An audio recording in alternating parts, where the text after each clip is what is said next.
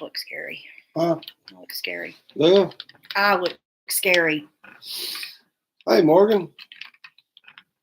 Hey, JP. Let's see. Give him some time here. There's 10 of y'all in here, so the count's not working again, which means that the chat box is probably not working again. So if I don't see your comments or answer your question, I'm sorry. Hi, everyone. Hi. Welcome to everyone. He's an asshole tonight. Just get used to it. I'm an asshole every day. No matter why. Okay. So you guys submitted a shitload of questions for us. So this is a Q&A live with my boyfriend. If you've not met him, his name is Asshole. Last name, Dick.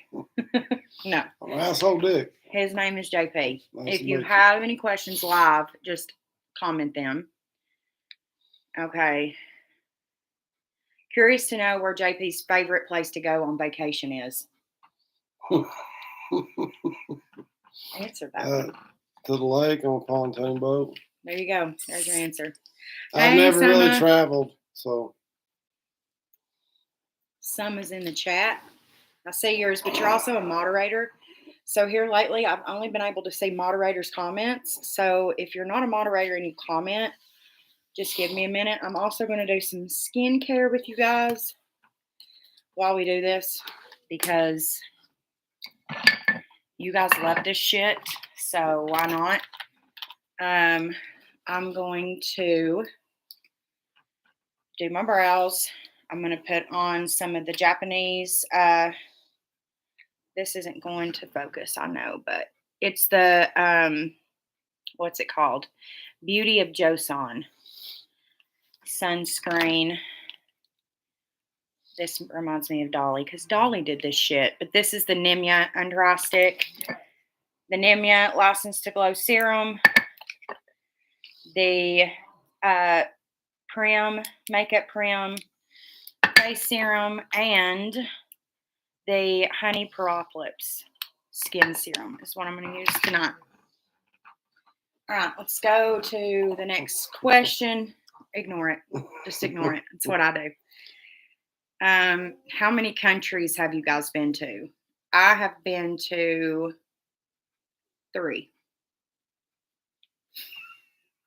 The United States. Okay. Curious to know what JP's favorite TV show is. Ooh, that's a tough one. Yeah, they bounce around, so that's yeah.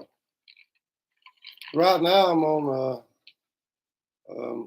it's like Live PD's new version. He likes cop shows. Yeah. Hey, I lived on the wrong side of that for so long. I like laughing at other idiots now. True. This is the Beauty of Joseon, like sunscreen moisturizer. Shit. Sons of Anarchy was my favorite show. Hold on. I'm hoping they're supposed to bring it back. They're supposed to be talking of a way to bring Jax Taylor back. So if Sons of Anarchy comes back out, then that'll be my favorite show again. But you can only watch one show so many times.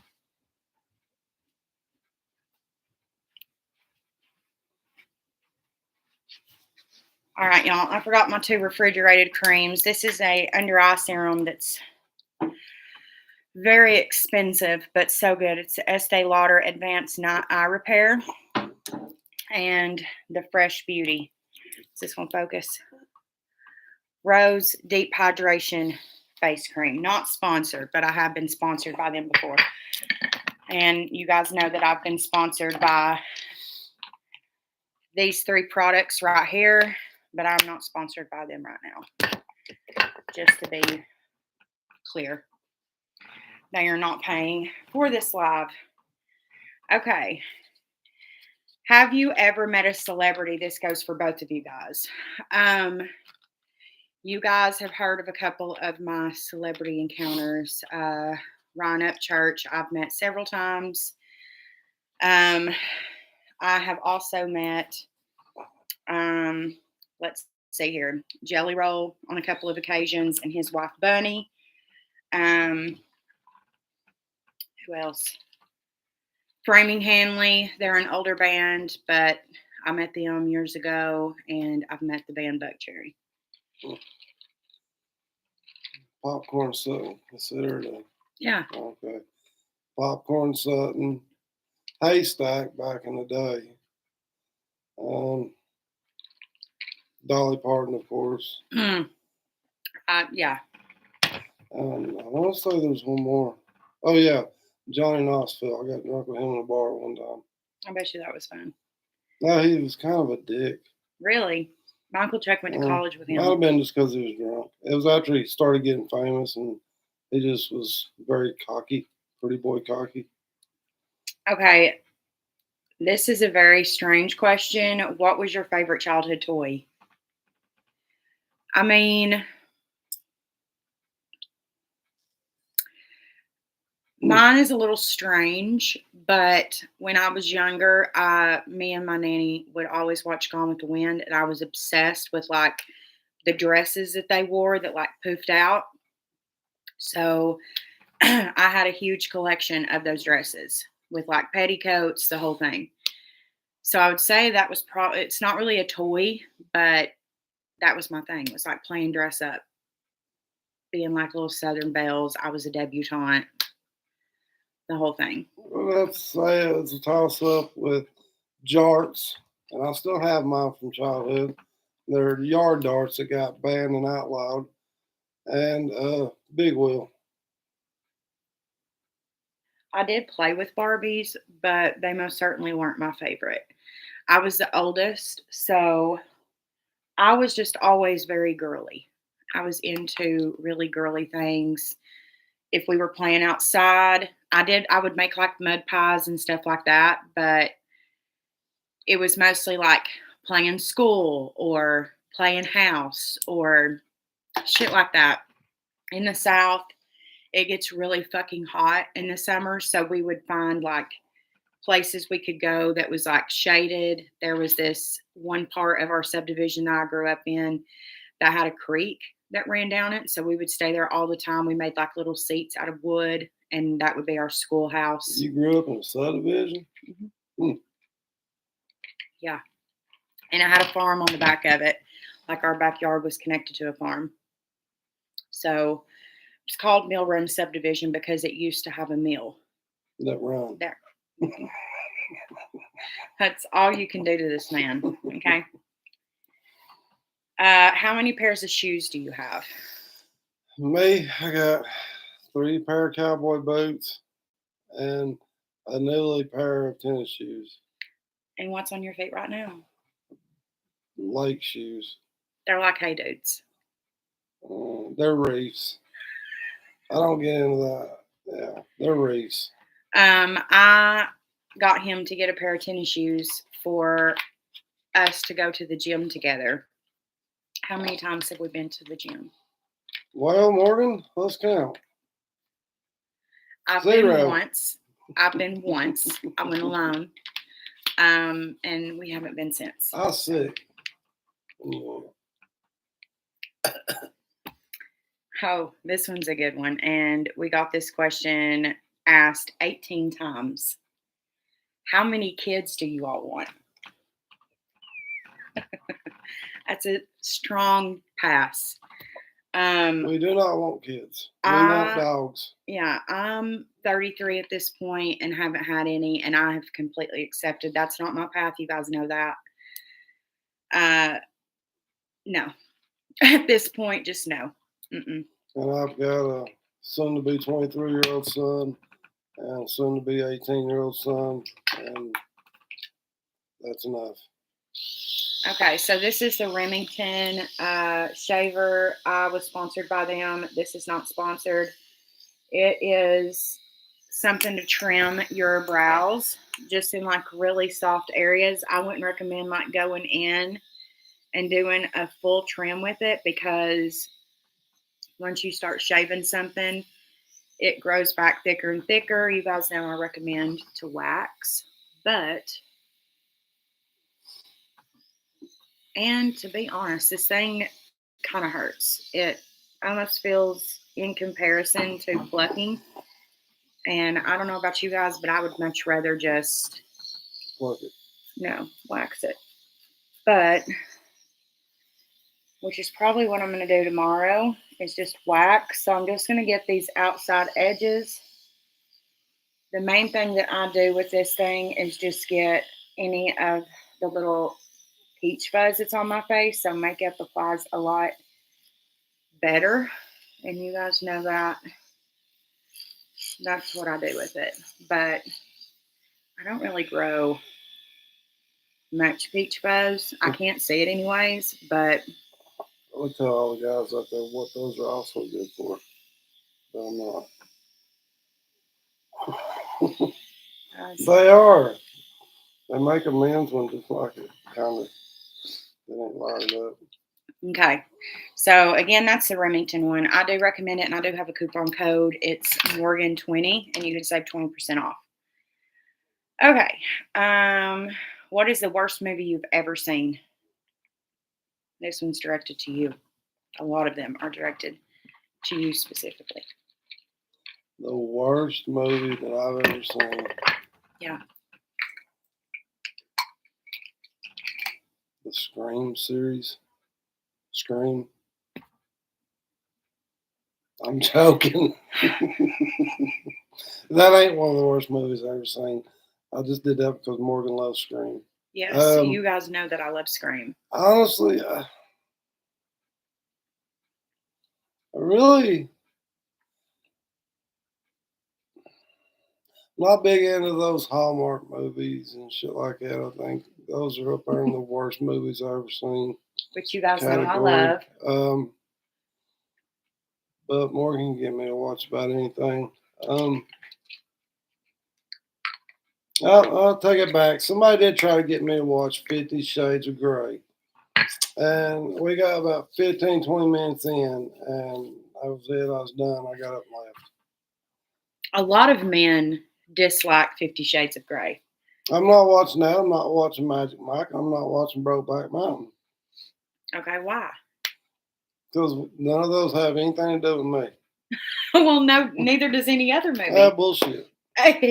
Don't have nothing to do with you. Well, I ain't watching guys get up there and dance naked. I ain't watching they're not cowboys if they're out fucking each other. Period. And I'm just going to make a disclaimer right now. I did this disclaimer in the last video with JP.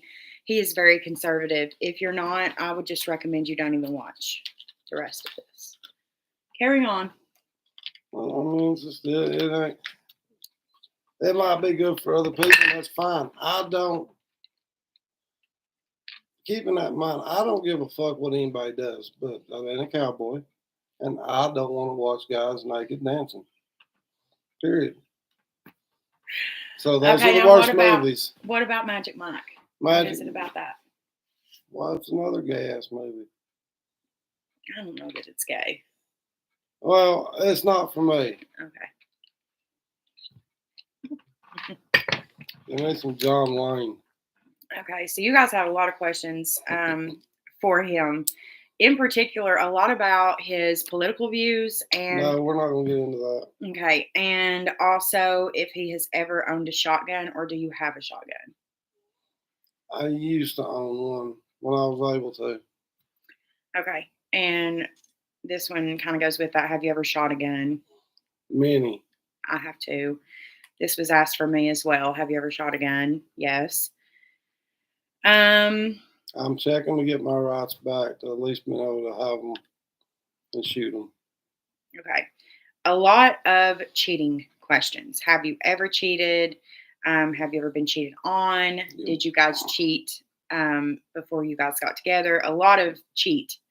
So when I searched my email in the questions, you guys sent a lot of questions. And one of the top, the top word in my emails is cheat. So out of all the emails you guys sent, thousands of questions, cheat was sent over 900 times. So I'm assuming most of the emails have to do with that. So associated with that word, the number one question asked in all of these emails was, what did you all cheat when you got together? And some people may consider it. It was emotional cheating. Yes. 100%. But again, and I used to be infamous for cheating and being cheated on. And I would tell you straight up that we were just friends with benefits. It came with it. But then I got older and I settled down. I never cheated on my ex-wife. We were dead in the water. Our relationship had ran its course.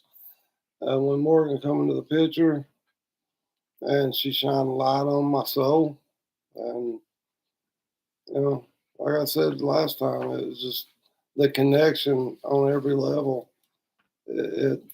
But we didn't have step sex across that line until they were officially. Yeah, no both kind of sides sex. were officially done. None, no kind of sex. No matter what hole you're talking about, it didn't happen. But like I said in the last video, emotional cheating did happen, period. I will completely agree with that on both parts. I was emotionally interested with him well before me and my ex broke up. And I admit that. However, I will say that he and I did not text until we had been texting for maybe 3 days before the breakup happened. And at that point, it hadn't gotten out of control. Like it never got out of control as far as texting went. There were never no pictures exchanged like more that. Getting to know each other. Right. It was very, like I told you guys in my live this morning, it was very high school-esque. It was very like, I'm 16 and he's 17 type shit. Like, there was no,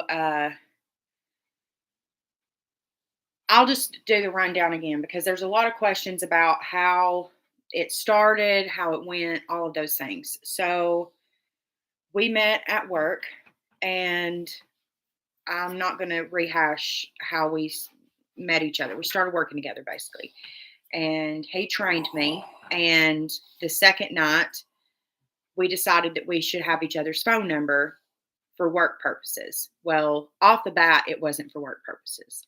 From the start, it wasn't from work purposes. I still have a screenshot of the first text he ever sent me. Really? Yeah. Which he said I was beautiful. That was the very first thing he ever texted me. So off the bat, it had nothing to do with work. But we would drive home. I would wait at the end of the parking lot until he pulled down, and we would leave at the same time. We wouldn't meet in the beginning. We would just talk the whole way home. Like I said this morning, if you watched this morning's live, he would know every night on the way home, the only place open to eat was Taco Bell. He would know when I was pulling in Taco Bell. We would talk every night. And then it kind of progressed into, well, let's leave for work early and we'll meet before work. And then it kind of progressed to, well, I'm going to go to Casey's after work. I need to get gas. And it was like a joke, right? I go get something, Casey's. Yeah. So he would come to Casey's, and I needed something too. Mm-hmm. And that was the first time we kissed. And that's when it really started to progress. But we only met at Casey's twice before his relationship came to an end. So it wasn't like we were meeting after work all of the time before that happened. It wasn't like that. And also, he was very clear from the beginning that he wasn't sure what he wanted to do. That he believed that once you marry somebody, you make it work, all of that. And he was very open about that. So I was very open with him that, well, we're not doing anything then. I'm not doing anything with you until you make up your mind. And we didn't. We did emotionally cheat. That was it. But after his relationship ended, it was kind of like off to the races from there. That was pretty much it. Okay. And then have you ever cheated? Yes, I have cheated. We were both recovering addicts, and I'm not going to say that every person in recovery is a liar and manipulator, but I haven't met many people who aren't. We're pretty good at it. And with that comes using people for money, using people because they get a prescription, using people for sex, using people for a place to stay. Um, and usually, when you are doing that, like you have a sugar daddy or sugar mama, which I've told those stories, you can find my sugar daddy story time on this channel. You're not, I wasn't attracted to mine. I'll say that. And I don't know many people who were like super sexually attracted to their sugar daddy, sugar mama either. I mean, I'm sure there's people who were. I wasn't. But so that's one form of cheating. But after I got cheated on the very first time, which was with my first boyfriend, I've cheated on every single person I've been with, either emotionally or physically, until him. So, yeah, and they're asking you the same question. Have you ever cheated? No, I'm perfect, Angel. That's a lie. Yeah, I've pretty much my entire adulthood. Yeah. I had a brother right under me that seemed like a lot of girls would date me to get close to him. And once he crossed that line, I found out that a girl cheated on me with him. That was it for me. I didn't have no trust in females no more. Same. Women were strictly, I don't say objects or nothing, but I used women for what I needed and what I wanted. I had the gift of gab and a slick tongue, and I was able to talk my way into anything. Yeah. So yeah, I was always a cheat. The only first woman I didn't cheat on was my oldest son's mom. I'm almost 100% sure. I mean, I've been fuzzy since. You're talking 20 something year ago, but I'm almost 100% sure I never stepped out on that woman. I could be wrong, but I don't believe I did. Other than that, my ex-wife, and this one, so I don't even look at women with this one. I did make some comments about these 4 mannequins on the side of the road. And he also did. We were walking through the mall today, you guys. I looked at Harley Quinn's tattoo. I literally seen red over a goddamn mannequin today. We were walking through the mall, holding hands, and he fully turns his body, the waist up, bitch, and looks at a goddamn mannequin. That was Harley Quinn. I was looking at her tattoo. I don't believe that. I was. I don't believe it, but whatever. I digress. She was dressed like a fucking bar whore. And he broke his goddamn neck to look at her. She was checking Batman out. Please. Okay, and then have you ever been cheated on? We just answered that. Yes. We have. Yes. And I think that kind of starts the roller coaster to where you are emotionally unavailable for other people and you cheat on other people is when somebody hurts you in that type of way, because to be cheated on is very hurtful. It almost makes you feel like, you did something wrong or you're not good enough or whatever. So I feel really bad that I cheated. Yeah, it was really fucked up, but I was also not the best person at the time either. What is your favorite midnight snack? No, that's not true. Brownies. She makes me brownies. Any type of snack cake. You guys know my thing with drinking wine and making brownies. You guys already know this. Okay. What is one of your pet peeves? There's 2,000 people watching this right now. Pet peeves. Yes. I can't stand idiot drivers. It's a pet peeve. Yeah. And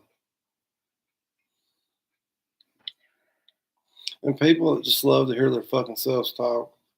Yeah. That does annoy you. Talk over you. talk under you. That does annoy him. There used to be people at work who would just speak over you all the time. And I noticed it pretty early on that he would talk over them. So funny. Okay. Have you ever cheated on a test? I think this goes without saying. Yes, obviously. On what? On a test.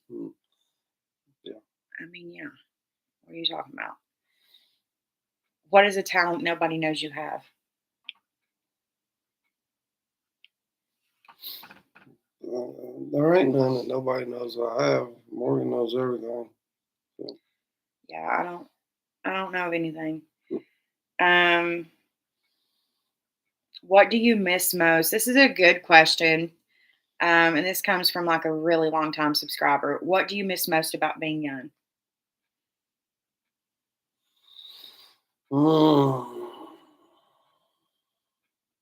Just that no fear feeling like, fuck it. Yeah, just like I'm young, I'm free, I'll do whatever the fuck I want. Right, just like that young, relentless, like balls to the wall, just fearless, just like don't care. You recuperated freaking quick as hell from a bar fight or from a car wreck or whatever. I mean, being young. Okay. So we heard a little bit about JP's trouble that he's been in. Does he mind telling us about the most trouble he's been in? No, I don't mind. I'm an open book. I mean, it's all pretty much the most. I caught my first felony in 2001, 2002. Attempted aggravated robbery. And while fighting that, they hit me with several drug indictments for selling pills. And I wound up getting 10 years. I did 2, day for day consecutive. Then I was in and out on probation and shit, and in rehab, out of rehab, all that bullshit. Then in 2013, I actually completed. And I think I made it almost 6 months before they got me with being a felon in possession of a gun, several more drug indictments, and then they hit me with felony escape. So, yeah, I mean, my career as a criminal was all felonies. I didn't get my first misdemeanor until about 6 years ago. So I went big. Yes. And you guys have seen a video with one of the police officers who we did a video together where he shared pretty much all the trouble I've been in. And like he said, I was a very smooth talker. I knew how to talk to him. I knew how to flirt with him. So by the grace of God and my nanny being a county clerk, I got out of all of my trouble. So I was very lucky. What is your idea of the perfect day? The perfect day? Yes. Just nice sunny day with you. Just seeing you smile. No cares, no worries, no stress. Just happy. You're sweet. This next question is just pointless because it's directed to you and they're asking you whether you prefer coffee or tea.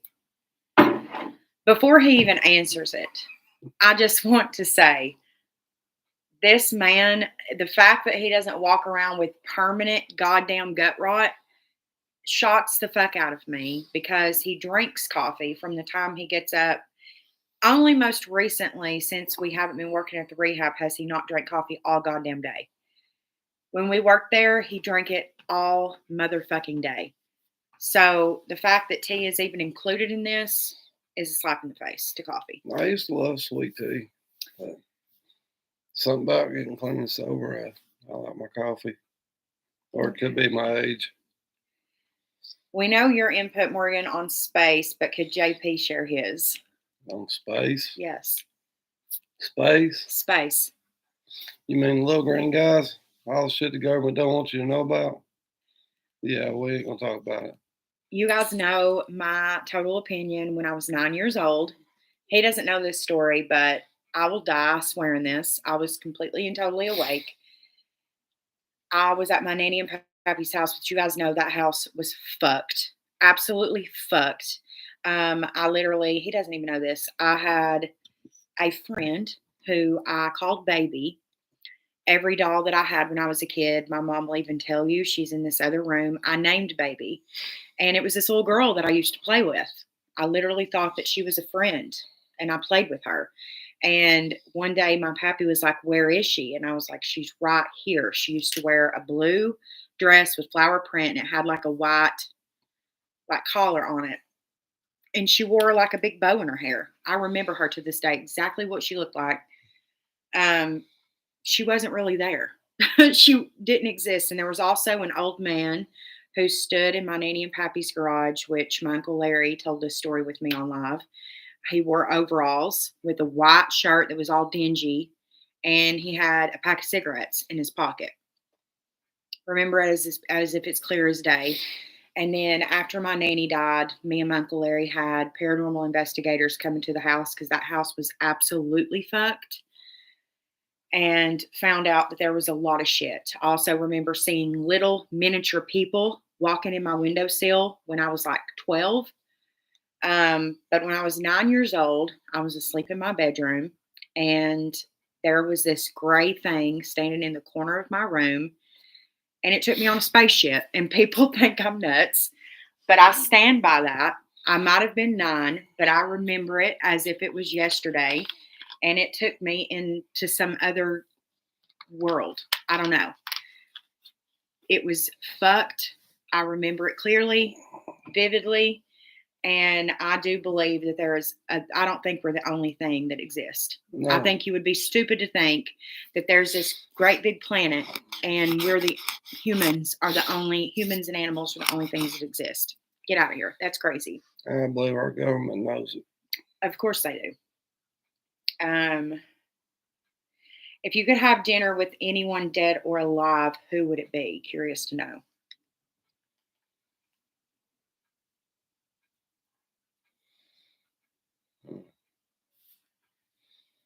Mine is Marilyn Monroe, just because I really am. I've done many conspiracy theories on her on this channel. I really am curious to know. I feel like she knew who killed her. I feel like she would be a very interesting person to just ask questions to. I would also like John F. Kennedy to be there because he was foul as fuck. He probably could have saved her like a motherfucker. I do believe that his brother had her killed. That's my personal opinion, just doing a bunch of fucking research on it. But I don't know. She was just like, Anna Nicole Smith would also be a really cool person to just talk to. I feel like Marilyn, though, she was a different human being. I think that she knew things that is the reason that she was killed. I think that JFK shared top secret bullshit with her. Maybe he did talk about Area 51. A lot of people think that he did because that's when all that shit was going on and that's why she was killed. Who knows? But I don't know. I just feel like she was a fucking icon and I would love to fucking just I mean, if you're speak. gonna talk about it like that, then there's a lot of great people But if you could that pick we. one, It'd be hard. You didn't just pick one. You bounced. I mean, I will stick to Marilyn. Kurt Cobain didn't kill himself. He No, he knew didn't. shit, and He they was put him part. down for it. Yeah. There's a lot of people like that once they open that mouth and let it be known, and they start Like to talk about the Prince. cabal and the 1%, Right. they all of a sudden commit suicide or they die in a tragic accident. And it ain't a coincidence. It truly ain't. I'm not going to get into that because I have my own beliefs in it. Okay. I firmly believe that the cabal is real. I firmly believe that there is a 1% of rich motherfuckers that truly run this country, and they run the news. They run everything that we see, and it's bullshit. It truly is bullshit. But if I had to pick someone, I would pick my grandfather. Just Like to sit down and have one last meal with him. See, Talk to now him. I feel like shit. Because, of course, I would love to sit down with Well, I my didn't nanny one answer it last to make time. you feel like shit. I answered it. That's who, out of all those people and all my conspiracy theories, that's just who I'd like to sit down and talk to today. To see me today, just so he could see me as the man that I become and not the man that I was when he knew me. Yeah, I would like for my nanny to see that too, obviously. When my nanny died, she was still going to the doctor and prescribing me, like giving me her medication because she didn't like it. For those of you guys who haven't seen my whole addiction series on this channel, I had a miscarriage. It went bad. I was in a lot of pain, and my nanny told me to go underneath her bathroom sink, that she had pain medicine that she didn't like taking, but she had to get it for her Remicade treatment. Me and my sister went in there, and there was 127 bottles of prescription pain medicine. And so she continued going to the doctor and would give me the bottles. So when she died with me being fully in my addiction. So I would love for her. I feel her with me though. I feel that she knows. So, okay. This one's going to be difficult to answer, and it's directed to both of us. I'm 33. He's 46. So this is going to be, I don't even know that we would be able to give an accurate answer on this live. How many people have you kissed? How many people have you hooked up with? I don't even know that we want to hear each other's answers. I mean, to the hookups. I'm not going to answer the hookups, and he's not going to kisses. either because it's a lot. Yeah. I'm not even going to lie. When you're in your addiction, there's no conception of what's right and wrong. I know that I've been tested, and that's all I care about. And I'm fine, and I know he's fine. But as far as kissed, bitch, are you kidding? I couldn't even begin to answer that kissing shit. in 3rd grade. I mean, goddamn. During my addiction alone, there's no tell. I mean, I don't know. I mean, it's probably a hell of a lot. Just kissing somebody. Yeah, no. How long would you last on a deserted island? He would probably last a long fucking time. If I was there by myself, I'd be fucked. I could probably like kill a pig. If it had pigs on it, I know I could skin it and fucking cook it.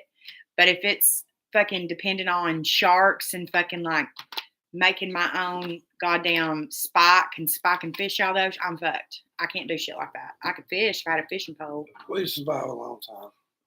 If he was with me. If I'm alone, I'm fucking turning into goddamn whatever that movie is, and this soccer ball is about to be my best friend. We're about to starve to death together. That's all I know. Like, I'm about to go nuts.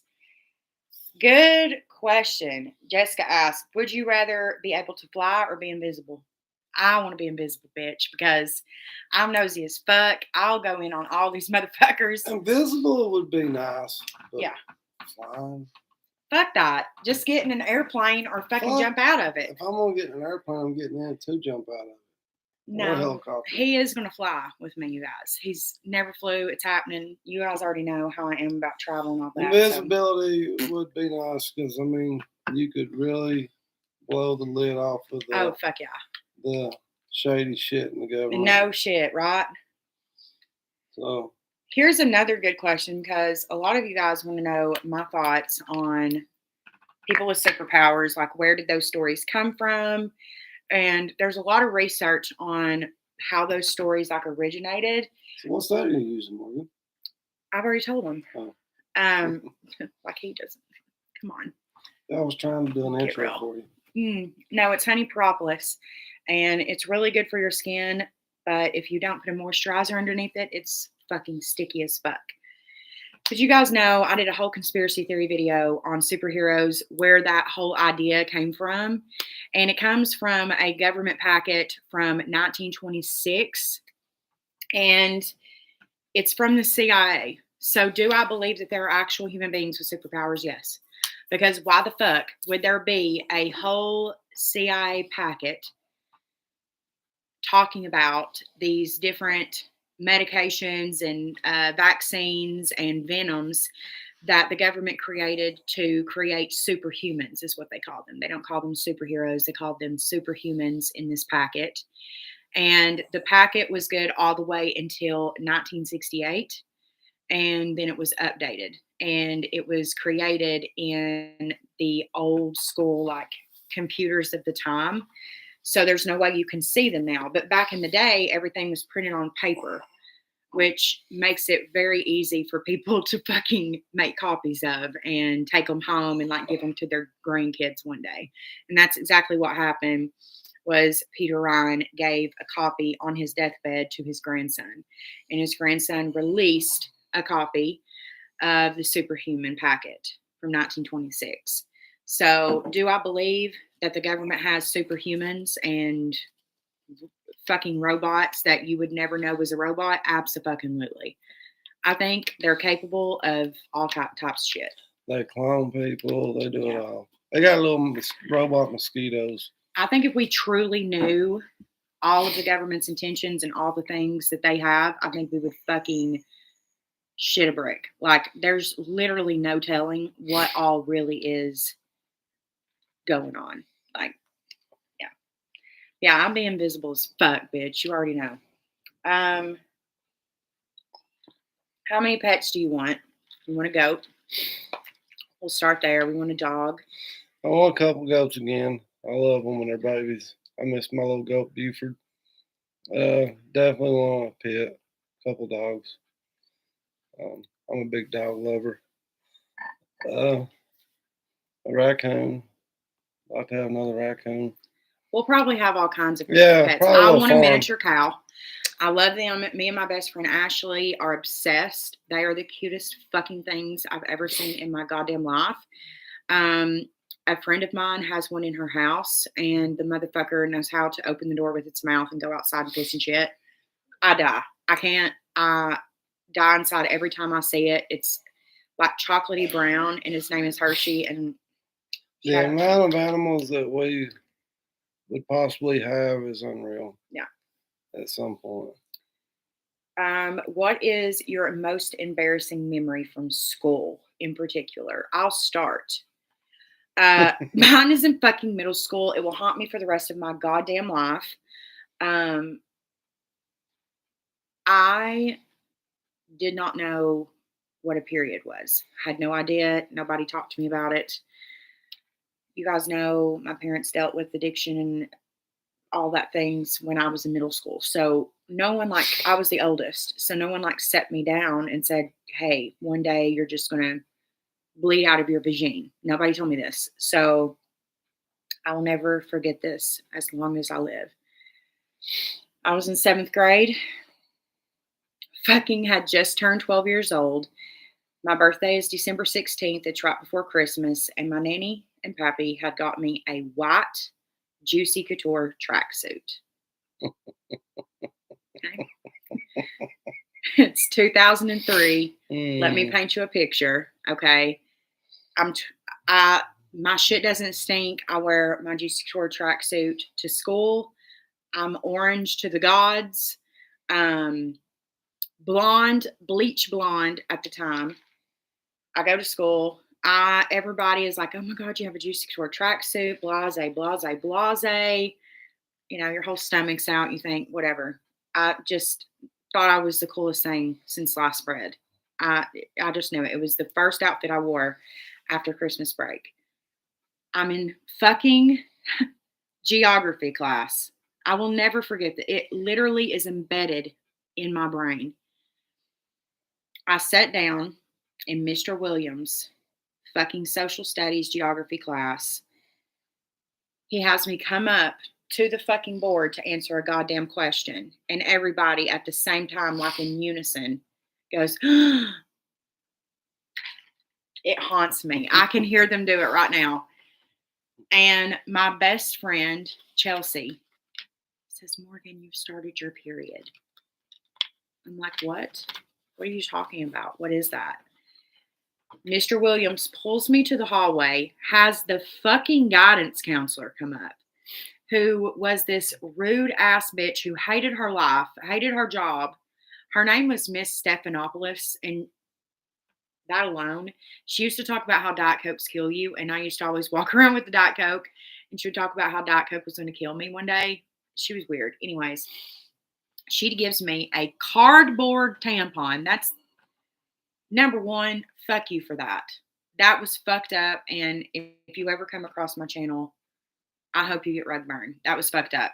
She gives me a cardboard tampon, tells me to go into the bathroom, push it up, and that's all I've got to do. Okay, great. There was a red stain on the back of my pants. That tracksuit was fucking ruined. Luckily, I had it in pink and baby blue. I had to tie the jacket around my waist for the rest of the day, and I only had a tank top on, so I had to get a shirt from the fucking Lost and Found.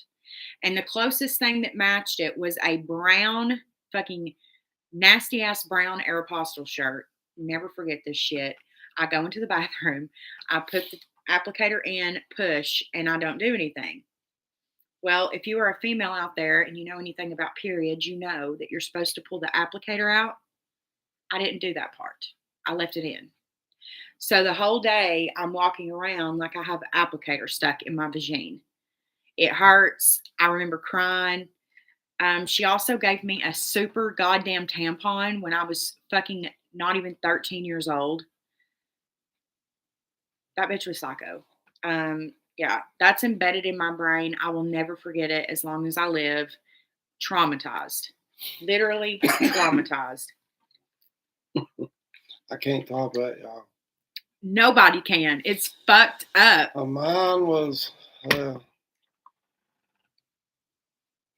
had a hot math teacher in middle school. That's not embarrassing. It is when you got a boner and you get called up to the chalkboard. It's embarrassing when the whole class is laughing because you've got wood. Of course, that's your and most. You're like 12 years old. That's fucking hilarious. Yeah, it was hilarious. Why is both of ours at 12? That's fucking. Well, funny. I mean, around that age, yeah, it's like 6th, 7th grade. But yeah, I mean, she was, yeah. Okay. Do you ever want to get married? This married and marriage was also like second top up in my email. Like married, marriage, that whole thing. I think I'm jaded on it. I think that I have a lot of things that I need to work out mentally before I would ever commit to him in particular to that, because I wouldn't want to make that commitment and be how I am right now and how I think right now when it comes to marriage. But emotionally, it's already done for me. She's done hits. Yeah.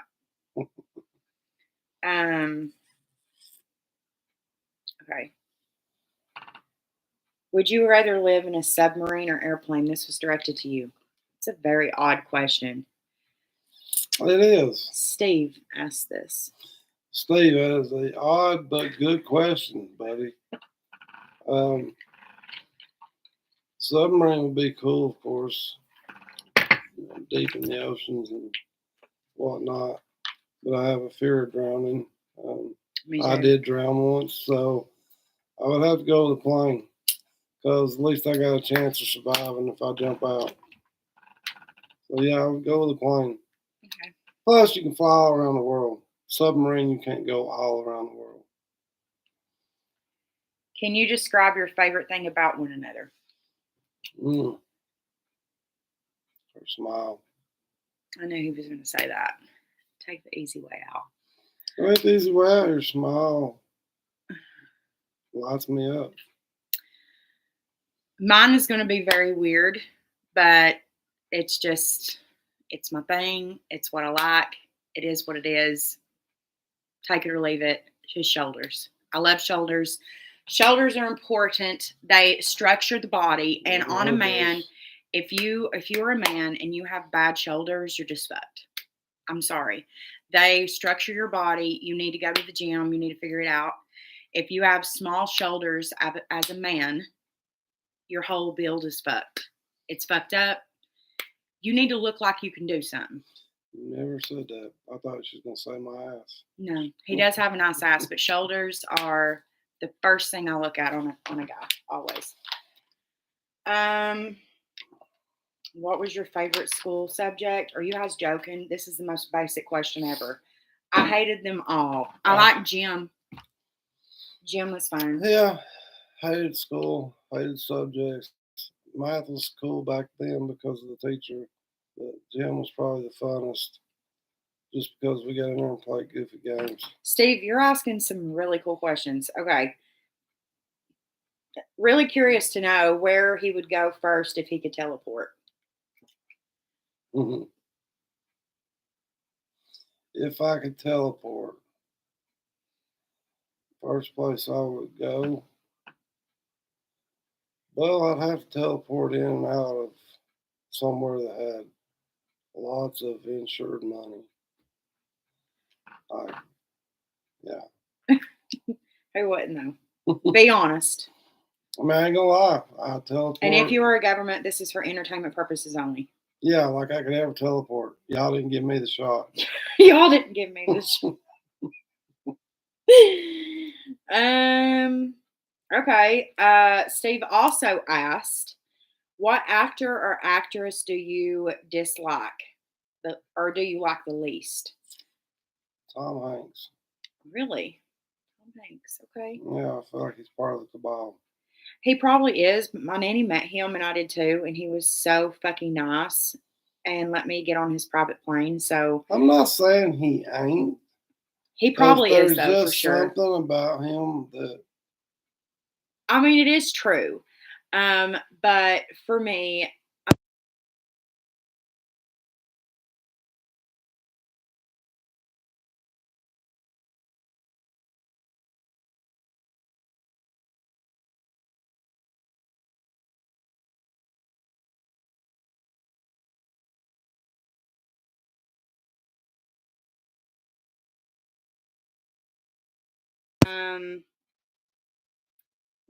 this is a simple answer. Would you rather live in a penthouse or a giant farm?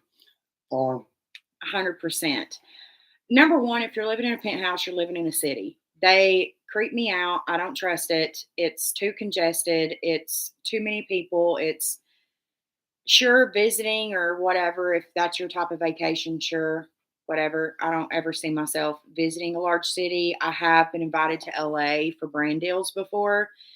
And it's the thing about it is it's just way too many people. It's all fake. It's all like everybody just changes who they are as a person to try to be like another person, and that's just weird to me. The thing is they're all super super super self-conscious. They're very like they don't love themselves at all, so they try to be like another human being, which I just cannot get behind at all. And every major city is like that.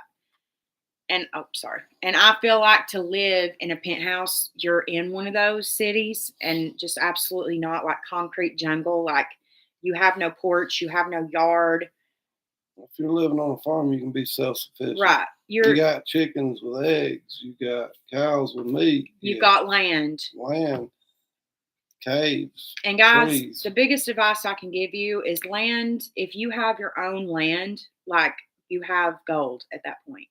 You can do whatever you want on your own land, right? So you can, and you guys already know how I feel like everything's going to go down. Like it's for sure going to go down at some point where we're all going to have to just be like fucking, we're going to be on our own. We're going to have to make our own food. We're going to have to just, situation. Yeah, we're just going to have to figure shit out. And I feel like if you do not have at least some land, what the fuck is your plan? If you're in a goddamn penthouse, are you joking me? What is your plan? Crickets. Like literally you have no plan because there's nothing you can do. You're in a building with thousands of other people. You better learn how to shoot Bambi's, all I can tell you. Like for real. You're in a city, like what the fuck? There is no, absolutely not. This is a fucked up question and they answered it or asked it anonymously. Who is your favorite sibling? I'm not answering that. I don't have one. I love them all equally. And if one of you all asked that, it's fucked up. My older sister. He has reasons why he answers his, though. Yeah. Have you ever been arrested? Yes. Never. That's a lie. This one also. Who is asking these anonymous questions? What is the dumbest thing you've ever done? Try drugs. Drugs. Having sex with people that. You take away the drugs from our lives. Yeah, that wouldn't have never happened. And a lot of the stupid things that we done, we probably wouldn't have done. No. I can tell you now, I wouldn't have caught one of my felonies if I'd have never been doing drugs. Would have I stolen a paddle boat? Absolutely fucking not. But I was on crack. Would I have been a father to my kids? Yes, I would have, had it not been for drugs. There's a lot of things that drugs took away from my life. So that There's would be a lot the of you in top here right of now. the list. 4,200 people. Okay. Have you ever ding dong ditched? Yes. Ding dong ditch, is that where you put the bag of shit on fire? No. Oh. Well, I mean, yeah. But basically, ding dong ditching is where you run up, ring the doorbell, run away. Yeah. Well, But I've done some that people too. do like dog shit on the porch. I've done both. Yeah. I've never lit the dog shit. I've never put the shit in the bag. You guys know how I'm about poop. But I have been associated with others who did do that while we ding dong ditched.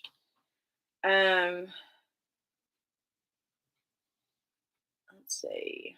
I mean, that's kind of a boring question. When was the last time you were sick? That's, yeah. How often do I brush my teeth? Do we brush our teeth? This is directed to both of us, I'm assuming. Every goddamn day. Brush your teeth. Don't be gross. Wash your body.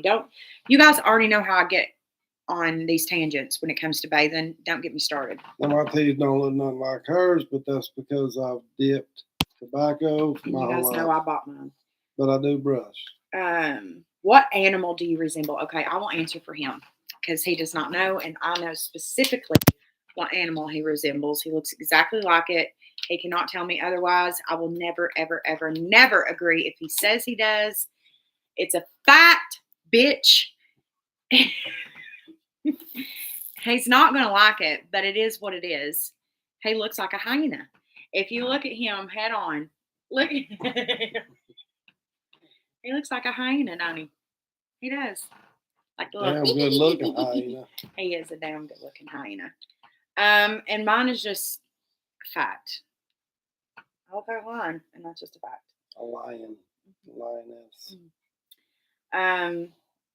Okay, Steve now asks, would you rather be able to fly or read minds? I don't give a fuck about reading minds because I don't give a fuck what you're thinking about me. I don't either, but I think it would be fucking crazy to be having a conversation with someone because like all people do anymore is lie. It is like pulling teeth to get the truth out of a person. If you couldn't control it, and all you was doing was hearing everybody's thoughts. Okay, so facts. I would want to be able to control it. Yeah. I would like if I can't control it, fuck it, I'll fly. But you guys know how I feel about heights, so we're not going very high over here. I'm not. No, he would fucking go bananas, but not me. You guys know how I am. Okay. What's your favorite drink? Michelobultra. Drink.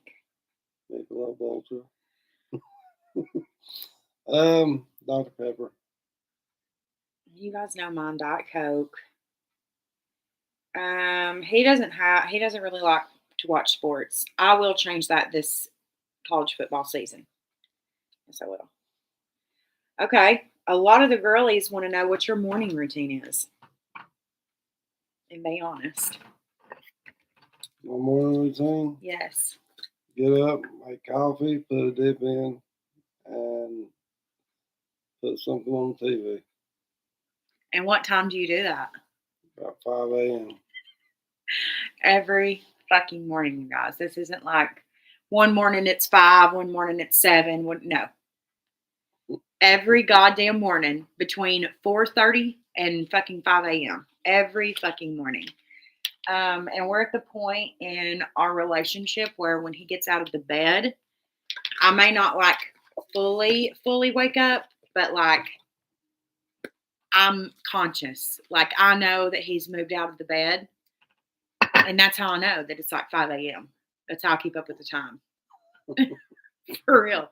If I hear him grab the coffee jug out of the cabinet and I hear the sugar, like I hear him in here and then I'll hear him get like a little Debbie cake, I'm like, well, it must be 5 a.m. or after because he's awake and making coffee.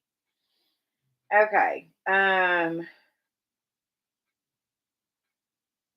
What is your favorite breakfast food? Mine? And this is somebody named Levi. That is just subscribe tonight. Well, Levi. I'll say more.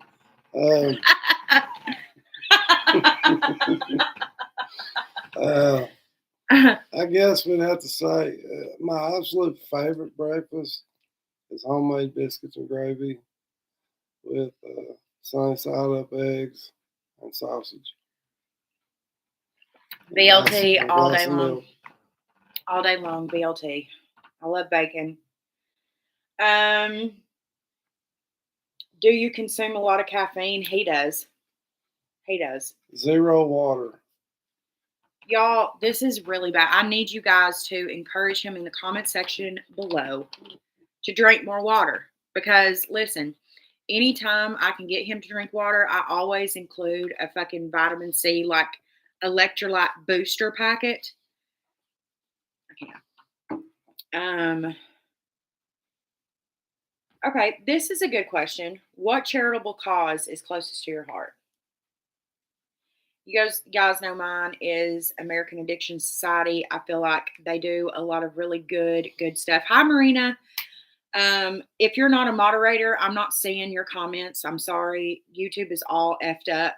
It's not showing me anybody else that's in here, anybody else that's in the chat. So I'm sorry.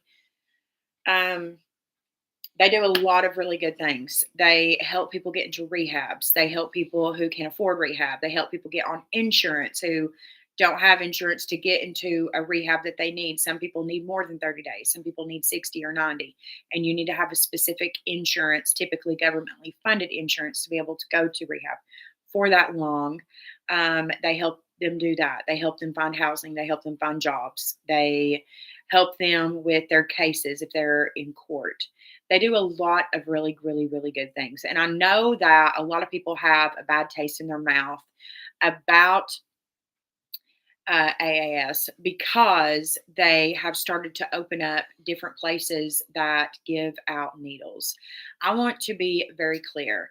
It's a lot safer than the alternative because typically a person, and you guys know that I was an intravenous drug user for 3 years straight. They will reuse that syringe over and over and over. The only reason, God bless, that I did not was I had a pappy who had diabetes. And when my nanny died, somehow all of his syringes ended up in my things. So I had an abundant supply of them when I did eventually start to use drugs that way.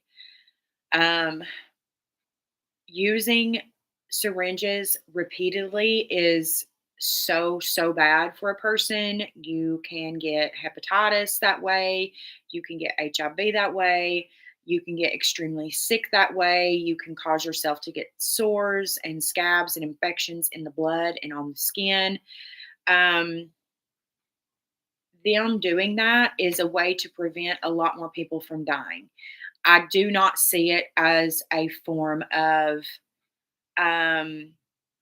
enabling, simply because they do encourage them while they're there to get off drugs. They do offer to help them get insurance. They do help to offer them get into a rehab. So I do not look at it as a form of enabling, because in order for them to go there and get the syringe, they do have to speak to a counselor for like 30 minutes. And at least that's something. They also make sure that the drugs are injected into them properly, that they're not missing, they're not getting abscesses, they're not infected, they're not messing up the drugs in a way that could kill them. They also test fentanyl there, which is very important to me because I have watched so many people just instantly drop dead from fentanyl. At the end of my addiction, that is what I was addicted to, was fentanyl. At that point, I was not doing heroin at all. It was 100% fentanyl. And that shit is scary, guys. Like, there is no other high that relates to it. And doing drugs intravenously, there, once you do it that way, there, you can't go back. There is no backpedaling from there, because you'll never get high like that. It's instant, like you are instantly high and you're high for hours. Um, and so, it's very easy for someone who has never used intravenously to say, oh, well, just don't use that way. It's very easy for you to say that because you've probably never used that way. You couldn't have, because if you have, you would understand. So for me, it's American Addiction Society. I feel like they do a lot in the recovery world. And I feel like for those of you who have a bad taste of them in your mouth, it is due to the syringe sites that they have come up with. There are only like 3 or 4 of them, and 2 of them are in Detroit. But I think you should honestly just think about what they are doing there, because they have saved a lot of lives by doing that in particular. I don't. Yeah, I've not really gotten into that. I'm still kind of new in my recovery, but I've not gotten into everything yet. But mine, when I start backing or getting into any kind of it would have to be one that truly helps children and battered, abused women. Um, don't know, but the abused children, battered children, that's something near and dear to my heart. So, I would definitely be cautious and make sure that the one that I advocated for or talked about truly did what they said. Because there's a lot of people out here that, no, these donations go to help this and this and this, when those donations are actually making their pockets fat and fatter. Right. And there's just a small percentage going to help those people. If you are looking for a good charity that helps with battered women and children, or children who have been in abusive homes, We Rebuild Together is very good. They are a small charity because they actually are a charity. Fun fact, when charities get really, really large, you have to pay those people. When they have vice presidents and CEOs and COOs and things like that, those people get paid. That is their job, is to be on council for that charity, right? So you really want to work with ones that are quite smaller, and only have like maybe 10 people that are involved with it, because that actually means that the money is going to those charities. Another thing that you can do, and that I've done many times, is just straight up go to a domestic violence women's home or women and children's home or orphanage and just donate your money. You can do that at any time. Just a fun fact. Also, Prison Reform for America is another really good cause that I support to annually. It's important. It's something that we need to do in this country. Nobody in this country that goes to prison is an animal, so they shouldn't be treated like that. There's a reason why our repeat offender rate is it's astronomically high. It's in the 80 percentile. That's insane. It should not be. When you have places in Germany that is at 0.2%, that is way off base. It shouldn't be that way. That's because how the Germans do it. Yeah. So, giving them vehicles, letting them go to work, letting them have a kitchen, an apartment, a bedroom, a closet, letting them wear actual human being clothing. It, yeah. You got to level up, of course. You're not going to do that for everyone, but, there's a lot of subjects that me and her both get passionate about. And big ones for me is children. We got to protect them children. Where will you be in 10 years? I don't know. I could tell you where I'd like to be in 10 years, but I don't know where I will be in 10 years because nobody knows the future. At least we don't. Um, Ideally, I would like to have a nice piece of property, be with him, have animals, have things together. I think the biggest problem with 2023 relationships is that they've taken all of the old school out of the relationships, and that's why they don't work. If you look, people always say, well, my grandparents were married for X amount of time. My grandparents were married for X amount of time. Well, there's a reason for that. The way that relationships were back then, it was like, this is your person. You're making that commitment. You're going to be with that person. Okay, well, you have to put in the work. You can't just. Oh, fuck it. I'm getting tired. Right. Move on. Once you find your person, though, it gives you a drive to really put in the work. I will say that with past relationships, if things get rough or rocky, I was just over it. And all of my drive or want to was sucked out of the relationship. I just didn't care anymore. So I think the biggest thing is really being sure of who you're with. If you're questioning about future things or anything with the person you're with, more than likely, chances are that's probably not who you're actually supposed to be with. It's just your right now person. It's someone to help you grow. It's someone for you to be with in that moment. It's not your forever person, right? We're all going to be with people who help us in a moment in time. But all of the old school values have been sucked just plumb out of what is considered to be trending and cool in relationships. Do you honestly think that your grandfather back in the day went and bought 5,000 roses and sprinkled them around a room and lit candles and did all this shit? Absolutely fucking not, because he was working his dick in the dirt to have what they could have, to support his wife and children. All of those values, the hardworking values, the loving each other through really hard times and the easy times, all of those things have kind of just been pushed to the side because, oh, well, it is the norm now to just get a divorce. So if things get really hard and tough, we can just separate. We can just leave one another. Oh, honey, I think we should just see other people. Okay, me too. Yeah. And there's just no effort put into it. There is no trying. There is no talking things out. There is no trying to fix anything anymore. You can't sit and think just because in your childhood with your grandparents, you never seen them go through a rocky moment, doesn't mean that when they were your age, that they didn't go through those moments. Of course they did. It wasn't always easy for them either, but they also kept their business their business. Exactly. They wouldn't wait till they were alone to discuss it and have their Right. talks and their arguments. Mhm. They didn't do it in front of their kids and Right. other people. So Right.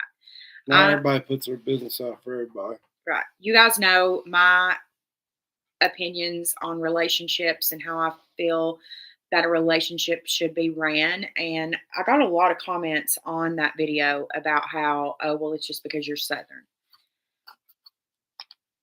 That makes, proud. I mean, sure, but that makes absolutely no sense. There are plenty of people all over the country and the world who were married in the 30s and the 40s and who were married for 50, 60 years. I think that you are supposed to be dedicated to your spouse, and I think that you are supposed to let the man run the home the way that God intended. You guys know my thoughts on that. Do you have any secrets that nobody knows? Yes, a bucket load, a ton. One whole 3-year span in particular that not another soul on this planet knows. Me, God, and that's it.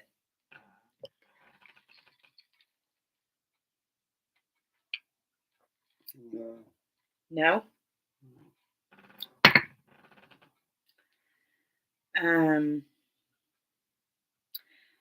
Okay. This is an odd question. See, this is part of the problem with Gen Z right here. And I know that a Gen Z asked this question. What celebrity could you beat up in a fight? Okay, here's the problem with this question, right? We don't know what they're capable of. There's always someone who can beat your ass. Just know that 100%. Have I met my match at this point in my life? No. It will I? More than likely, I'm sure there's someone out there who could beat me to a pulp. Ronda Rousey's probably she's one of them. That bitch could tear my hide. Um, the problem is that all Gen Zs just think that there's nobody that can be their match. They're the most beautiful, the most strong, they're the badass motherfucker, all this shit. You guys have literally no idea. You have no clue about life. It is so incredibly hilarious to me. There were so many Gen Zs who came in and out of rehab. You always tell the Gen Zs apart from the millennials, apart from the Gen X's, you could tell them all apart. Gen Z is that one generation that is just so far off base. It's unreal. To ask if what celebrity I know that I could beat up, that's so weird. Like, I don't know. It's just the things that you guys ask is hilarious to me. So user 57864-32, I have no clue. And that's always their usernames. Always.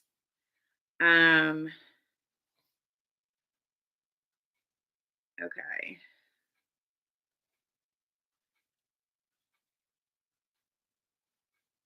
What is your very first memory? I can't talk about mine. Yeah. Mhm. He's not going to talk about his, but mine is very vivid. I was in kindergarten. My mom and stepdad had gotten a new caravan. It was maybe a week old. And my sister Samantha, let's see, I was 5, so Samantha would have been 3 at the time, just to kind of paint a picture for you. And we used to have these rocks that lined our driveway. And at the time, my stepdad decorated like bougie driveways, like he would do designs and driveways. And so there was all these rocks that were by the driveway intended to make this like bougie ass driveway, right? And in kindergarten, we had learned how to write our names and our siblings' names. My sister Samantha, her name is super long, Samantha. So that's a long name. And I was very proud of myself because I had gotten a 100% on my spelling test spelling her name. So I decided that I would write it in the side of the caravan with a rock. And then when my mom asked me who wrote it in the side of the minivan, I panicked and I said, Samantha did it. I didn't. She was 3. She was 3, bitch. She barely knew how to fucking talk. And I blamed it on Samantha. Luckily, they laughed. I did get my butt busted. I do remember that. But I just remember that so vividly, taking that rock and like with my whole chest, writing her name in that and being like, Samantha did it. I also cut her hair when she was like maybe 5 and I was probably 7 or 8. And I told her that if she ever told mom who really cut her hair, I would beat her ass. And she held that secret until like 2 years ago. So, um, okay. What animal do you think is the cutest? I'm going to have to go with a sloth. I just think they're so ugly that they're cute. They have badass nails. They're curious. They're sneaky. They're furry. They're just like they're like if a monkey and a raccoon and a cat were to all have a baby, it would be a sloth. I just think they're super cute. Well, my toss up. A raccoon is one of the cutest pet animals you can have. Um, just the way they play and act, and and go on. But I've always been drawn to spider monkeys. But I would have to stick with the one that I've had and say that for me it's a raccoon. Miniature cows are also fucking, I could eat it. So cute. Not really, though. So will the miniature cow make sliders? That's so fucked. What celebrity do you look up to? I'm gonna have to take it back, and I look up to her in a different type of way. I look up to Marilyn Monroe because I also look up to the woman who played Scarlett. Her name was Vivienne Westwood. I look up to her in a different way too. She was an icon of her time. She played in the biggest motion picture of its time. It was one of the first motion pictures to be in color. She was absolutely fucking gorgeous. But Marilyn Monroe, because she set the tone for curvy women. She set a tone for the future that I think a lot of women really need to reconnect with today. I used to get asked all of the time in rehab how I was confident in my own body and myself and so on and so forth, used to being thin. And I think that there's a big misconception with beauty and size. I think it's, I don't know, somewhere in the mix has gotten really weird just because a lot of really unconfident women and really unconfident, weird guys have commented on women's weight. It's gotten weird. And I think Marilyn Monroe was very much just like, this is who I am, this is what I look like, and this is beautiful. And I think as long as you carry yourself in a way and you believe that you're beautiful, other people will agree with that. I have never had trouble in all of my days, small, medium, or large. It didn't matter. I've never had trouble finding anybody or wanting anybody to want me. So I've seen how many people. a lot. I'm gonna go ahead and tell you, two guys, John Wayne and Clint Eastwood. I knew he was going to say John Wayne. Have you ever had to be put under for surgery? Most of you guys know this story. I have been for this hand right here. Like the third time that I ever injected heroin. It had elephant tranquilizer in it, and it set up infection in my hand, and it started to move up my arm. I have this scar right here and a scar right before it, and they had to cut the infection out, cut my veins, and I was put under for that. I honestly thought that my arm was being amputated, so when I woke up and still had it, it was like a shock. But I've been put under for that. I was put under for my knee, which I have a scar.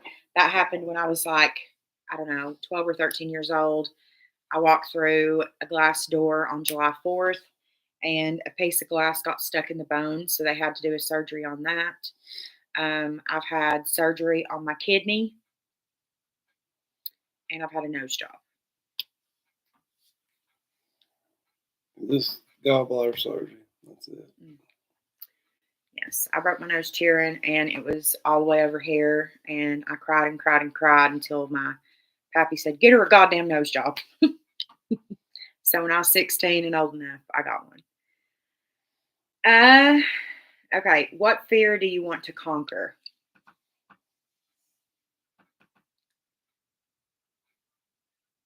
I would like to not be scared of heights. I feel like I will always be scared of, and it's only to a certain extent. I have continuous nightmares all of the time. And I think this is where the biggest part of this stems from, is because in this nightmare, it's a true story of my life. You guys don't know, but it was in a hotel in Vegas, and we were on basically the top floor, and it happened on the balcony. And I think that's where a big portion of my fear of heights stems from, because to feel like you are going to be through from basically the 65th floor bitch, anytime that I'm up that high anymore, my heart just starts to just thump. I can't do Ferris wheels. I can do roller coasters because they're really quick. It's like you're up there for a second and you're gone. But like being up there for like long periods of time, being able to swing back and forth and like not feel confident that you're going to stay in that fucking bucket, like absolutely not. So I would like to be able to conquer that. But according to my therapist, it's like embedded. Like it will always be there. Do you even have any fears? I was trying to think. I mean, no, not really. I didn't think so. What was your favorite TV show growing up? It would be I'm okay. I'm going to go high school years because that was a show that I had to see every single week. I had to see it as soon as the episode come out. It was Laguna Beach in the Hills. I was obsessed with that show. I'm an early 2000s teenager. I also would watch The Simple Life as soon as it come out. Keeping Up with the Kardashians as soon as it come out.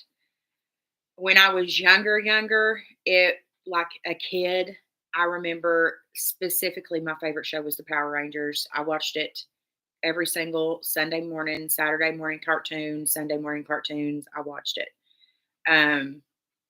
And then it kind of progressed into Hey Arnold. I love that fucking show.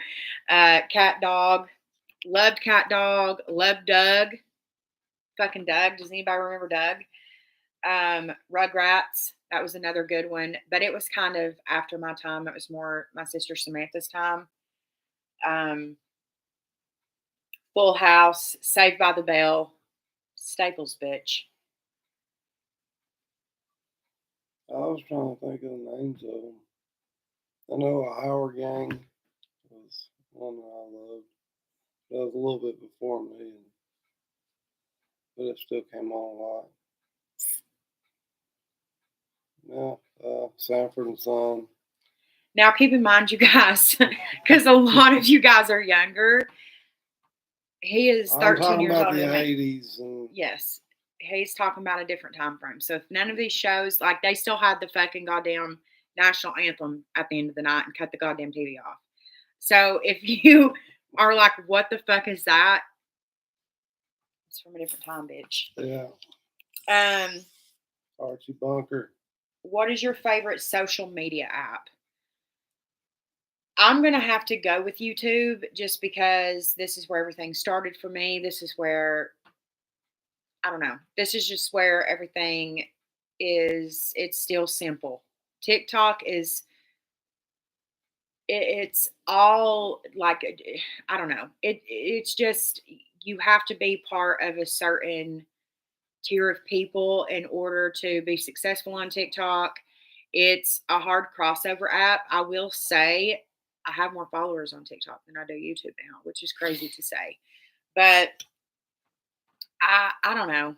I think YouTube is just a place where I've been on here talking to you guys for so long. And it's comfortable.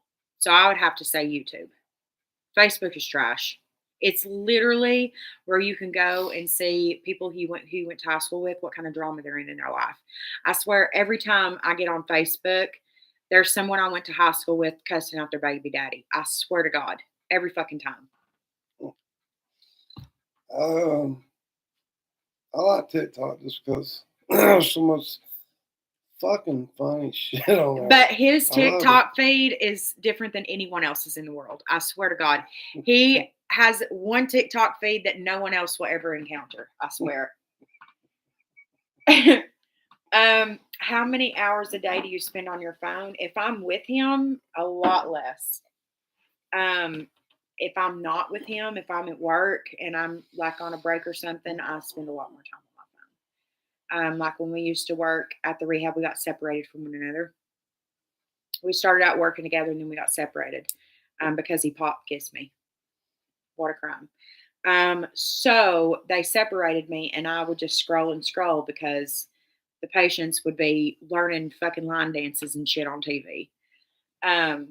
So I would just scroll through TikTok until the next smoke break or whatever. But I don't know how many hours a day. I'll go with maybe 2 whole hours a day, maybe. Mm, just depends. I don't know. He scrolls on his phone and stuff while he shits, so he probably does is on more than me. How long would you survive in a zombie apocalypse apart from one another? This is from Steve. Apart from one another, Goddamn 10 minutes, bitch. she'd Maybe. be fucked. I would be absolute. Here's the thing. I'm one of those people in desolate situations who just give up. For example, if I woke up and saw, give me a gun and just let me blow my goddamn head off. Like I cannot just be tortured. I cannot live with the fact that you're about to eat my face off of my body. Like I'm not doing it. I would rather just end it, like for real. Him, he would be like the guy from Zombieland and live till there was nobody fucking left. Do you like I'd cold? do good. You would do really good. You would be fine. But if I was apart from him somehow, like if he fucking just let me get fucking strung up by somebody, I'd be fucked. Okay. Do you like cold or warm weather better? I like warm weather better. God, y'all asked a lot of fucking questions. Have you ever seen a ghost? You guys already know that I have. Many fucking times when I was a kid. I remember them vividly. They weren't like what you see in fucking movies. They don't look like somebody's covered in a sheet. They look like a fucking person. Um, they're not really see-through. I remember them looking like people, like a full-on goddamn person. I haven't seen a ghost since I was 13. But you guys do know that we have done many different things on this channel. We've talked a lot about the paranormal. I've played with many Ouija boards back in the day, and that was a huge mistake. Because since then, I've had something fucking attached to me ever since. And every time I have talked to any type of paranormal anything, the name Earl always comes up. I don't know an Earl. I had my nanny's, my great uncle's name was Earl, but I do not think it was him, only because he said he was a soccer player one time through a spirit box. So I don't know. I think that whatever was in my grandparents' house, I think that if it really and truly was, um, basically what the paranormal investigators, we had 3 different people come out to that house, and they all said the exact same thing, which was essentially that there was a tunnel in the basement of that house where spirits could kind of travel through, which is so weird that they said exactly where it was, because that's where you would always see, like, just, it looked like people just standing there staring at that corner. And it's where we used to keep the Christmas decorations. Um, but like that old man in the overalls with the white shirt and the pack of cigarettes, like I remember seeing him every day, basically, my whole childhood until I turned like 13 years old. He stood in that corner. He never moved. He was always barefoot, always the same. Baby, I seen her every day until I was about 9. But basically, through those tunnels, they can transport. Like there's a reason a spirit is supposed to be involved with you at that time. You're potentially supposed to help them cross over, whatever the case. And I feel, after talking to paranormal investigators and talking to people who know about this stuff, I do feel that I did help Baby cross over during that time. I don't think her name was Baby. I think I was so little that that's what I got from whatever her name was. I remember talking to her. I remember having full blown conversations with that kid. I remember it. I thought she was my friend, and nobody else could see her but me and my cousin Chelsea. We were the only 2 people. And we both named all of our dolls Baby. It's Baby. Baby, baby, baby. I remember the redheaded woman, which I've told you guys the story of her, and she had a fucking cut across her face. And she used to stand in our backyard by the apple tree. I remember her.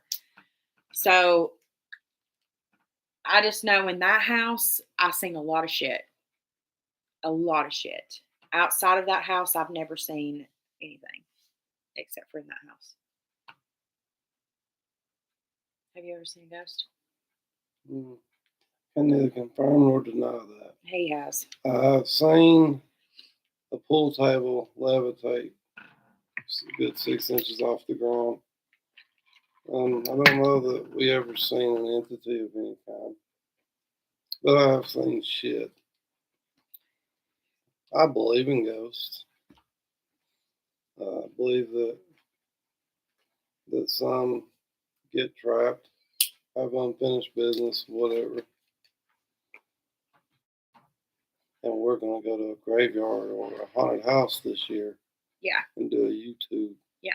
So you guys know that this coming up October, I was invited to Brushy Mountain. I'm super excited. I've wanted to go to Brushy Mountain for a long time.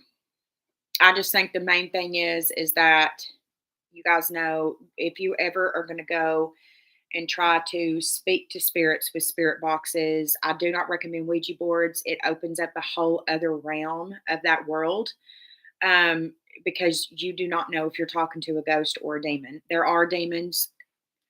Guys, please believe me when I say that. When I use that Ouija board, I connected with something that was not fucking human. I was sick for months, felt like I was dying. And it wasn't until we buried that Ouija board that shit went away. So I don't recommend that. Use spirit boxes. Record if you want. They really don't like that though, if you record with like sound. But use your camera, use a spirit box and other devices that you can use. I have several. I have motion detectors and different things like that, and see if you can communicate with the spirit if spirit wants to communicate with you. But Ouija boards are not the way to do that, because you really can invite something in that may not detach from you, because they can kind of make that call until you bury that Ouija board. And everyone involved with using that Ouija board would have to be there to bury it in order for it to properly detach. So I don't know. Going to Brushy Mountain is going to be a really good experience, I think. I think to say that there aren't any spirits that are attached to Brushy Mountain, you would have to be crazy. If you don't know what Brushy Mountain is, it was a state penitentiary here in Tennessee. The building still stands. The cells are still in there. And they had different types of punishments in that time than they do now. We're talking about a time where they would electrocute them for admitting to be gay, or they would electrocute them for, they used to have women come in there and have parts of their literal cranium cut out, because they were having thoughts of wanting to be with a female, or they were having thoughts of wanting to have an affair on their husband. So they would have them go to Brushy Mountain to have these different types of procedures done. And they would do them to the inmates too. Also during that time, there was a thing called 6-month isolation. And there's a 6-month isolation room. In that 6-month isolation room, in the email that I corresponded with one of the people who work at Brushy Mountain, who approved me to come this October, from morganshay said that over 12,000 people, 12,000, you guys, died during the 90-day isolation in that room. So I think that room is probably absolutely fucked. There's no telling what we are going to experience in that room, but to say that we're going to be able to go at 9 p.m. and not have to leave till 9 o'clock the next morning, there's literally no telling what all's going to be in there. Let's see. We have to go to Brushy Mountain and spend the night. Mm-hmm. That's fucking awesome. Yeah. Okay. A lot of these are super repetitive. What social media would you get rid of? Facebook, 100%. I only have to Facebook and TikTok. I would get rid of Facebook or Instagram. I don't really use Instagram either. I mean, you guys like to talk to me on Instagram, but I ain't been on Instagram since I played that game unless somebody changed my name. JP. I don't really care about Instagram. And while we're on this subject, I'm just going to answer this because this was asked a lot now. It was asked a lot in the last Q&A as to why it says the last boyfriend tag that I did, a lot of people were asking why it said that I was single on Facebook when I'm not single. It's fucking Facebook, you guys. I don't know. I did put since then that I am on a relationship because so many of you guys were commenting on pictures I would upload or everything I was putting. It was like, why does it say you're single then? Why does it say you're single? So I put that I'm in a relationship. It doesn't say with him. And there's reasons for that. Just know that. It's private shit. We still have belonging places that if we put that, it could cause just a whole just crazy shit. It's guys, putting on social media that you're in a relationship means absolutely nothing. I hope you guys understand. Like that literally means jack shit. But that's like the standard in today's world. Like if it doesn't say it on social media, then it's crazy. It's absolutely insane to me. How many times I've been asked, why does it not say on Facebook that you're in a relationship is scary. So many of you guys have hounded me over this. Why is your profile picture of you both and his isn't? Like all of these questions about Facebook, like you guys truly, truly think that that is what dignifies or signifies a good, healthy relationship is that it's weird. It really is weird. And I'm scared for everyone who's asked that question. Have you ever stayed up all night? Yes. We're both recovering addicts. We absolutely have probably stayed up for days at a time.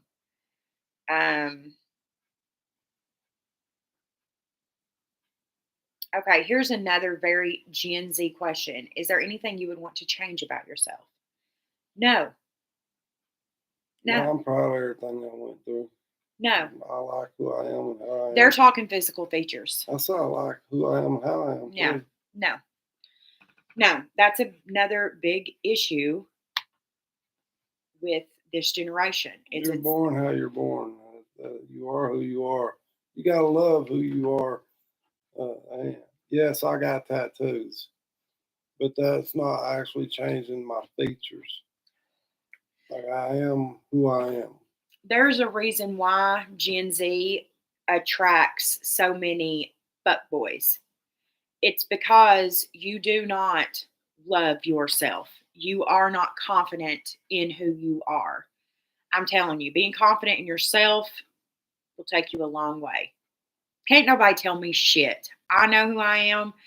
I know what I can get. I know what I'm capable of, and that's what matters.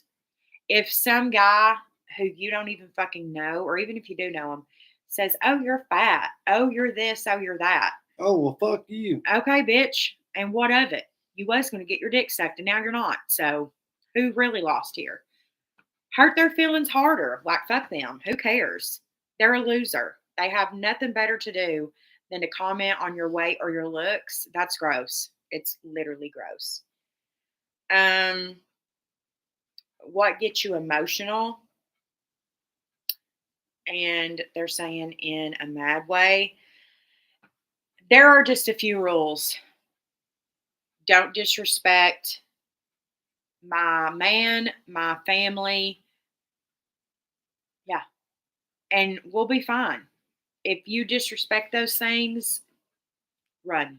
That's all I've got. Like, I lose all sight of reality. I will literally bury you. Like, there's just no way out of it at that point. Of course, my woman, my family, my dogs, children, elderly people. If I see, I go 0 to penitentiary real quick when I see somebody abusing people that can't stand up for themselves. Okay. We're going to answer one more, and I'm going to answer this one from, I think this is from Matilda. What is your biggest achievement? Next Sunday, I will have 7 years clean. Now, you guys know the 2020 story. I'm going to go in with the Estee Lauder. This is the final step in my skincare routine. My 2020 story, I was working from home. I was really unhappy in my relationship, which nobody knew about except for my best friend at the time. I was very quiet about not being happy because I was fully prepared to just be in that relationship forever and just not be happy because I felt obligated to. And I was working from home. I wasn't able to see my family or friends at the time. Several of my family members had COVID, including my mom and my grandmommy. So I couldn't come up here and see my family. It was just a really fucking hard time for me. And I decided to call my dealer on Facebook. I drove there. I had a friend of mine go with me. She was actually a neighbor who's never done drugs in her lifetime. Went there, bought the drugs, went in the bathroom, cooked the drugs, had it all ready to do, and dropped it and ran out of the house. Called my sponsor, got back on Suboxone for a short time, and did what I had to do to stay clean. With that being said, the reason why I say that is because it's not always going to be easy to stay sober. It's not always going to be a walk in the park. The important thing is that you realize that you realize that it is a disease, that it can overpower you like that, and that there is help if you need it. You have to be willing to ask for that help. That help is not going to come find you. You're going to have to go for it. You're going to have to put in the work, the time, the energy, all the things. You're going to have to admit to more than likely another person that you fucked up. And that's not easy. And then you're going to have to do all the things that you have to do. For example, when I admitted to my family and my ex that I had basically driven to somebody else, to my drug dealer's house, and I had dumped it out, they all drug tested me for weeks after that. Because it was really hard for them to believe that I just had it all ready to go and just dropped it in the floor. But I did. That was the truth. I didn't lie. I mean, I could have just said, yeah, I used today and just start all over. She made a conscious decision to throw it down and run. Yeah. And so I am very proud of that achievement because I never thought that I would get sober. I was very happy using. And that's really sad to admit, but I was. I liked being high. I liked the way it made me feel. I liked it. And that's just the facts. What really made me want to get sober was just being over it. Just being over the constant thought of I have to make sure I have enough drugs to be high all day. It wasn't no more like, oh, well, in the beginning, one Roxy 30 would last me a week. It wasn't that anymore. It was, I have to have 2 points of heroin in the morning, 2 points of heroin an hour later, 2 points of heroin a couple hours, like it was all day, just constant. And in order to support that type of high, I was doing really dangerous stuff with really dangerous people. Ended up getting stuck into sex trafficking and every fucking thing else. It became this huge thing. And so when my family held a funeral here for me while I was fully alive in this house, I decided, you know what, it's probably time for me to stop this shit. And I really wanted to get sober, and I did. So I think it's just all a matter of wanting to and really wanting to and sticking to your guns, losing connection with those people, those places, those things, blocking those people, getting rid of the phone. we all know what we mean when we say the phone. You need to start from scratch, get a new fucking phone, a new number, and move on with your life. The phone that I had back then is still up in that closet. So, yeah, that's my biggest achievement. Oh, I'm proud of you. What's your biggest achievement? Well, I mean, this is the longest I've been sober, coming up on a year. But I think for me, my biggest achievement is what's gave me the most satisfaction, and that was still this day hearing from a few of the patients that they're still clean and sober, and they wouldn't have got that way if it had not been for me and my no nonsense bullshit that kept it real.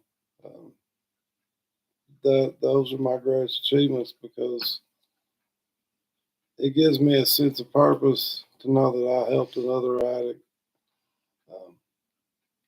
battle his demons with my own shit. And I tell them that I didn't do it so much to help them as to help stay sober myself, but it was an achievement. It's a daily achievement when I hear from them.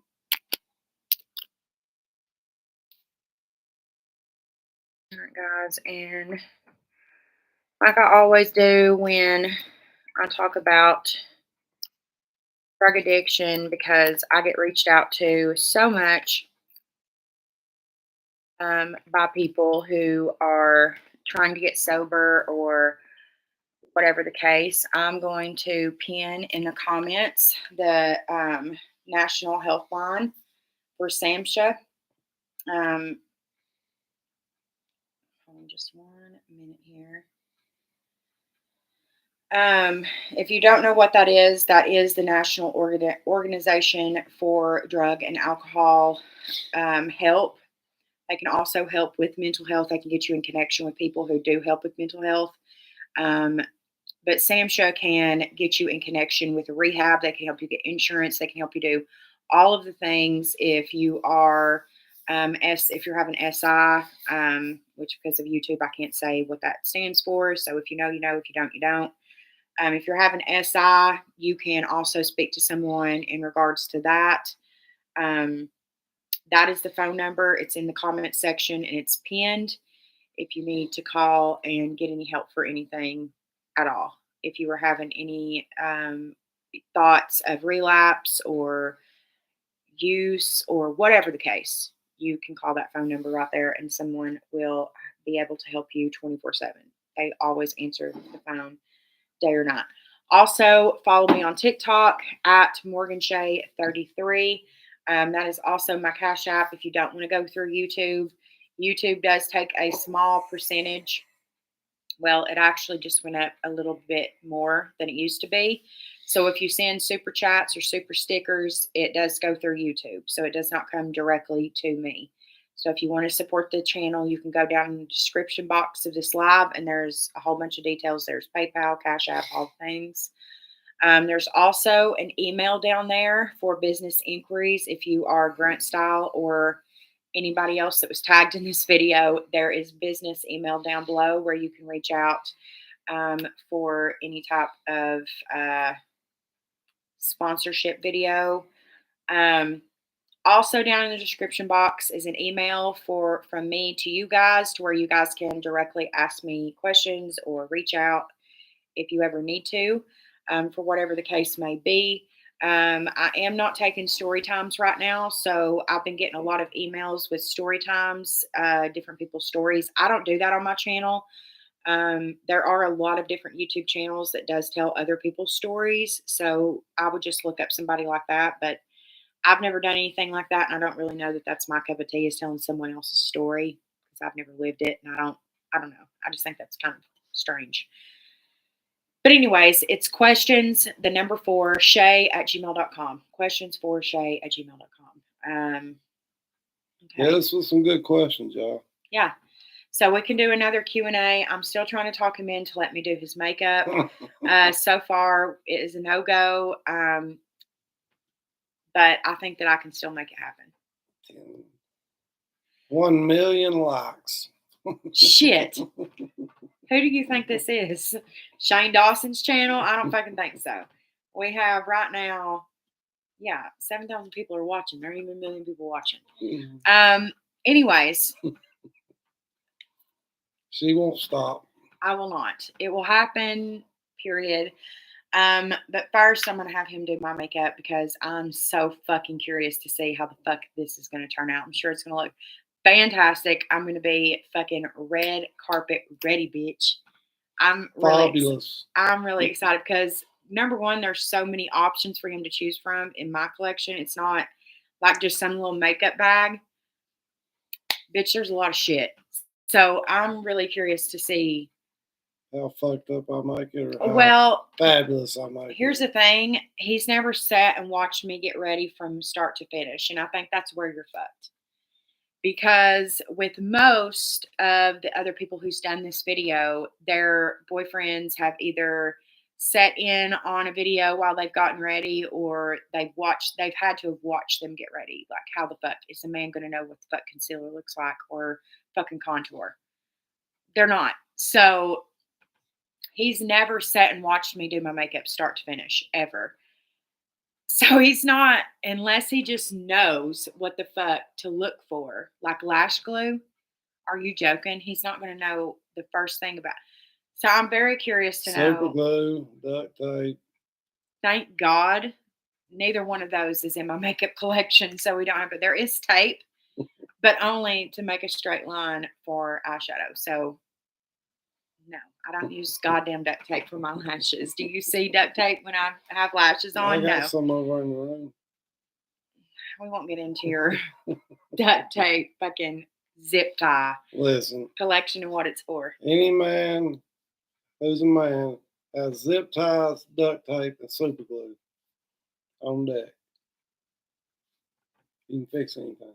Men, comment below if that's in your collection.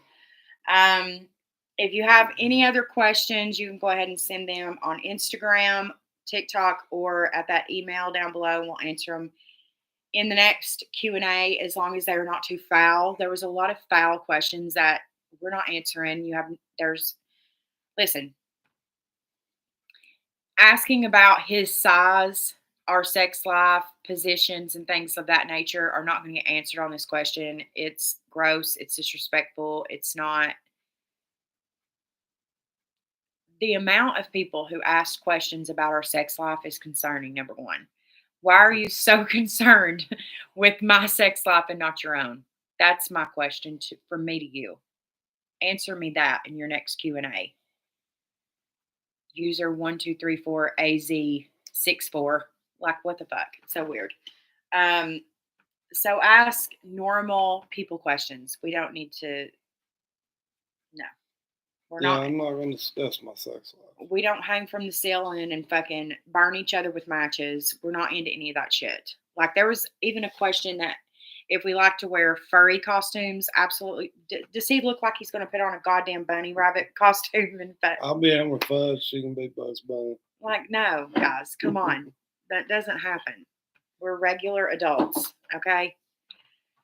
All right. Anyways, that's it. I think I mentioned everything. I mentioned grunt style. I mentioned all the things. I mentioned michelobultra and grunt style. Hell yeah. Go ahead.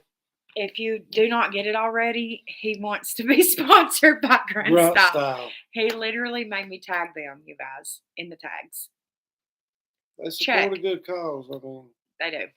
And they got awesome shirts. They do. So, grunt style, if you're watching, which I know you are, my business email is in the below in the description box. Okay, be sure you subscribe before you leave. Anything else you have to say to the people? No, it's been real. It's been fun. Bye, bitches.